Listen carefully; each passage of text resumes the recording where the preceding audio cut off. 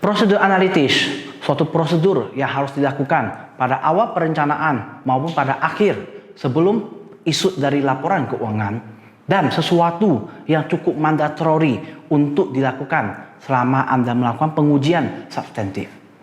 Prosedur ini sebenarnya merupakan suatu cara untuk menghubungkan antara informasi yang satu dengan informasi yang lain, mencari kedekatan antara hubungan kuantitatif maupun kualitatif. Jumpa lagi dengan saya, teman-teman yang tertarik dalam dunia audit. Kali ini kita akan membahas SA 520 yang bertemakan tentang prosedur analitis. Ingin tahu lebih banyak tentang itu? Segera kita mulai video kali ini setelah Anda melakukan. Akhir kata saya ucapkan selamat menikmati. Halo rekan-rekan semua, perkenalkan nama saya Khairunisa, dan pada kesempatan kali ini kita akan membahas mengenai SA ataupun Standar Audit nomor 520 yang mengatur tentang prosedur analitis. Oke, sebelum kita masuk lebih jauh mengenai SA 520, pertama-tama kita akan memperkenalkan sedikit apa sih SA 520 itu. Nah, SA 520 yang mengatur tentang prosedur analitis itu ruang lingkupnya ada dua. Yang pertama itu mengatur tentang penggunaan prosedur analitis sebagai alat ataupun komponen dari uji substantif.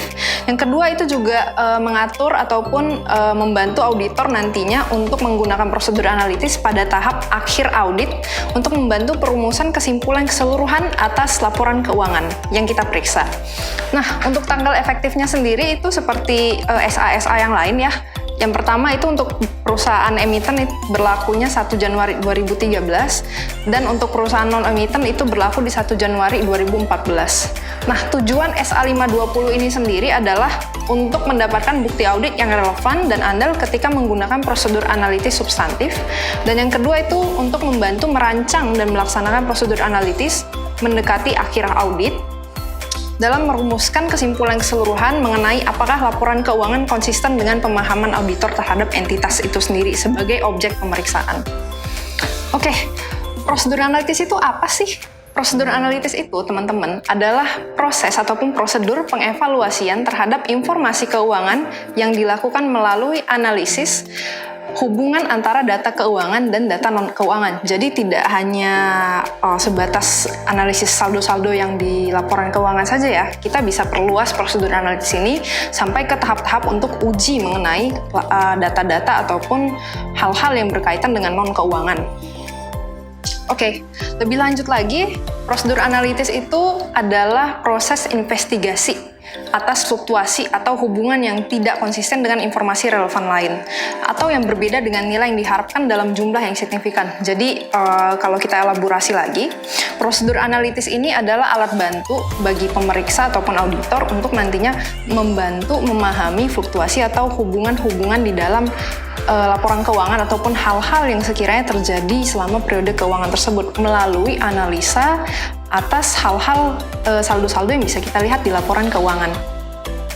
Nah, ada 3 komponen utama ataupun 3 hal utama yang termasuk kategori prosedur analitis. Yang pertama itu adalah perhitungan atau perbandingan. Nah, perhitungan dan perbandingan sendiri ini ada 3 sub langkah ataupun 3 subjenis ya. Yang pertama itu melalui uji ataupun perbandingan persentase melalui rasio persentase. Yang kedua itu ada rasio seperti yang kita ketahui bersama, itu ada rasio turnover, quick ratio dan sebagainya. Yang ketiga ini adalah analisis tren. Jadi mungkin tren-tren yang relevan dengan kondisi bisnis perusahaan selama tahun berjalan. Nah, yang kedua selain perhitungan dan perbandingan, kita juga ada prosedur analitis melalui analisa data. Jadi data-data yang kita peroleh ataupun data-data yang dimiliki perusahaan yang sekiranya relevan dengan objek pemeriksaan kita ataupun hal-hal yang ingin kita ketahui, itu juga termasuk lingkup prosedur analitis. Selain itu juga ada terkait dengan investigasi perbedaan. Nah, jadi kita istilahnya menyoroti ataupun meng-highlight apa saja yang menjadi hal-hal signifikan yang berbeda nih, apa saja yang bisa menjadi red flag pada saat nantinya untuk pemeriksaan. Oke, penggunaan prosedur analitis ini ada di 3 tahap ya. Yang pertama itu ada di perencanaan ataupun sebagai alat perencanaan. Jadi prosedur analitis ini di tahap perencanaan itu untuk menentukan nature, timing, dan perluasan prosedur audit lainnya. Itu juga sebagai alat bantu untuk memahami bisnis klien dan memahami area mana saja yang mungkin menjadi resiko dan bisa menjadi istilahnya fokus kita untuk nantinya pelaksanaan pemeriksaan. Lebih lanjut lagi ya, di sini juga prosedur analitis itu berperan di uji substantif, itu untuk sebagai alat bantu dalam mendapatkan bukti audit yang nyata dan relevan mengenai asersi-asersi terkait atas saldo akun dan transaksi. Jadi ini istilahnya sudah lebih advance dan lebih mendalam lagi nih penggunaan prosedur analitisnya.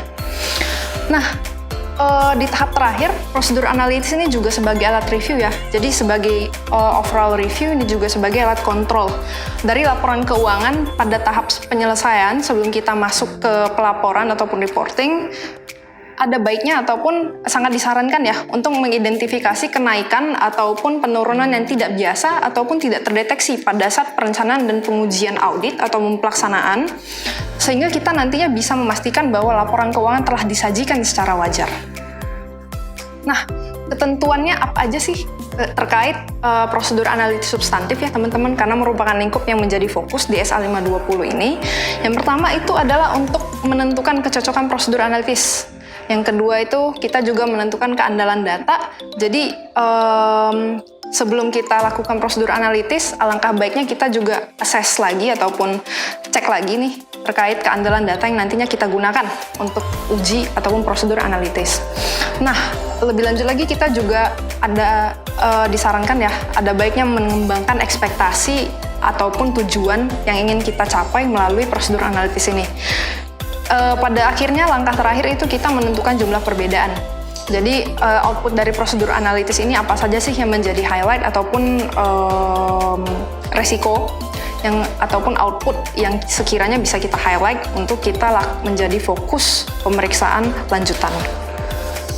Nah, dalam konteks prosedur analitis ini untuk membantu ketika membentuk kesimpulan ya, berarti ini sudah di tahap review. Auditor harus merancang dan melaksanakan prosedur analitis mendekati akhir audit untuk membantu auditor ketika nantinya membentuk kesimpulan keseluruhan mengenai apakah laporan keuangan telah disajikan secara konsisten dan sesuai dengan pemahaman kita selaku pemeriksa terhadap entitas. Nah, jadi ini juga sebagai alat bantu untuk nanti si auditor ini mengakses pemahaman entitas dan apakah relevan nih dengan output yang kita periksa itu ya, yaitu laporan keuangan. Oke, lebih lanjut lagi ya terkait investigasi hasil prosedur analitis. Jadi tidak hanya sebagai alat bantu di pemeriksaan, hasil prosedur analitis ini juga sebagai bahan yang bisa diinvestigasi. Nah, jika prosedur analitis yang dilakukan untuk mengidentifikasi adanya fluktuasi ataupun hubungan yang tidak konsisten dengan informasi relevan lainnya, maka auditor harus menginvestigasi perbedaan tersebut dengan cara ada dua ya. Yang pertama itu meminta keterangan kepada manajemen dan memperoleh bukti audit yang tepat dan relevan sesuai dengan respon manajemen terkait dengan perbedaan yang kita temui dari hasil prosedur analitis. Yang kedua itu kita melaksanakan prosedur audit lainnya ataupun prosedur audit lanjutan maupun alternatif yang sekiranya diperlukan sesuai dengan kondisi ataupun hasil yang kita peroleh dari prosedur analitis. Sekian presentasi ataupun sesi sharing terkait SA 520. Lebih dan kurangnya mohon maaf. Oh ya, sebelum kita tutup, nih berikut saya lampirkan daftar referensi yang sekiranya relevan mengenai penyusunan sesi sharing tentang SA 520 ini. Mungkin teman-teman bisa cari bahan-bahan lain ya yang lebih membantu ataupun istilahnya lebih update. Mungkin itu saja dari saya. Lebih dan kurangnya mohon maaf. Terima kasih.